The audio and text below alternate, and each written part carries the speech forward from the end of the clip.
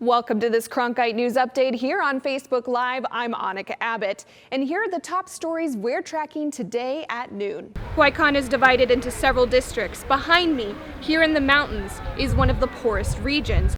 400 people work in this tomato plant. The majority of them work here in the greenhouses, and almost 95% of them speak Spanish primarily.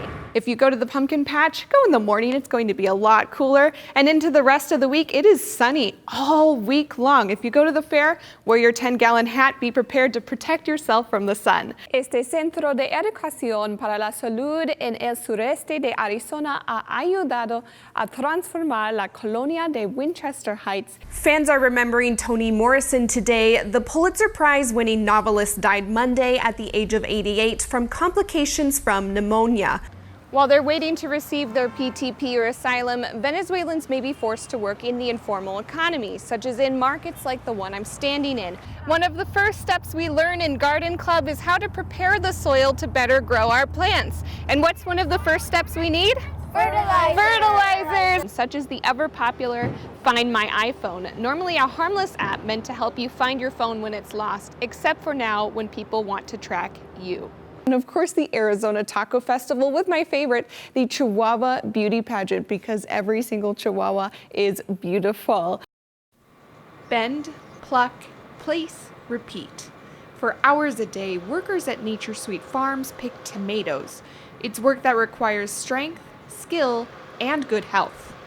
If you think about it, everything for harvesting crops, for packaging them, et cetera, and stuff, it is built to make it happen fast.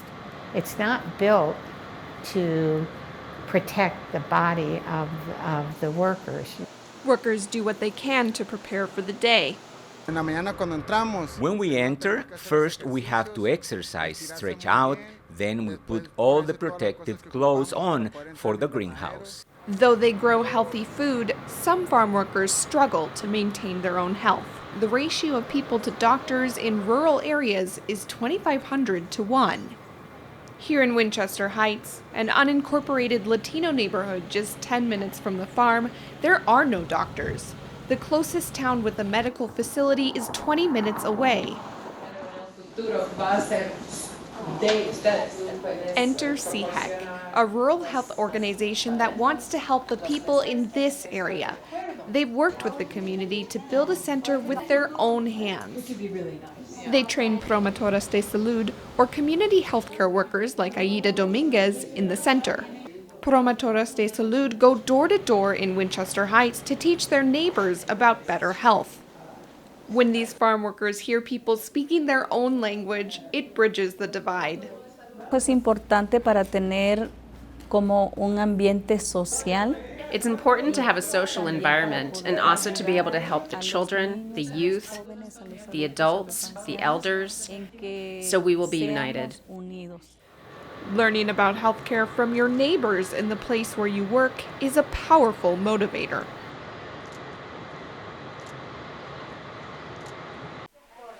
In a crumbling house in San Juan de Lorigancho, about 10 women crowd into a tiny room to sew. No son para mí de otro país, para mí se han convertido como en una familia, ¿no?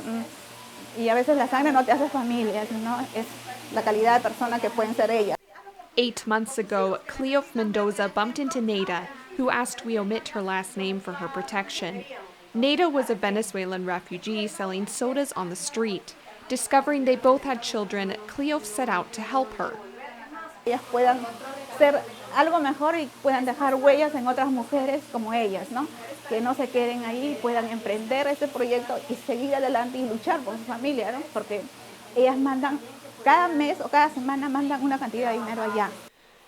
Cleof began teaching Neda how to sew tote bags, enabling her to sell her creations to tourists. Soon, Neda brought her friends and cousins to learn how to sew too.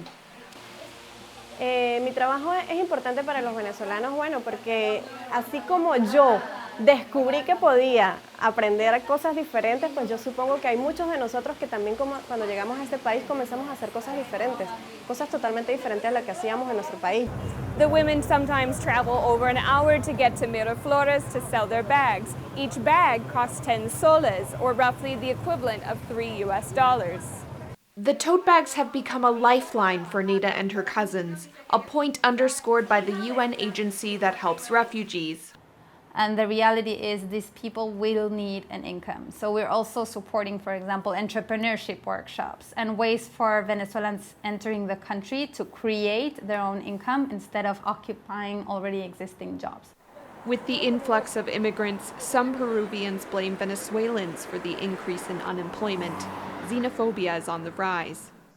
I think the main problem to tackle is not, oh, these problematic Venezuelan immigrants, is, oh, look at this society, that when a person comes with nothing, they cannot do much other than work in the informal sector, selling clothes in an open bazaar.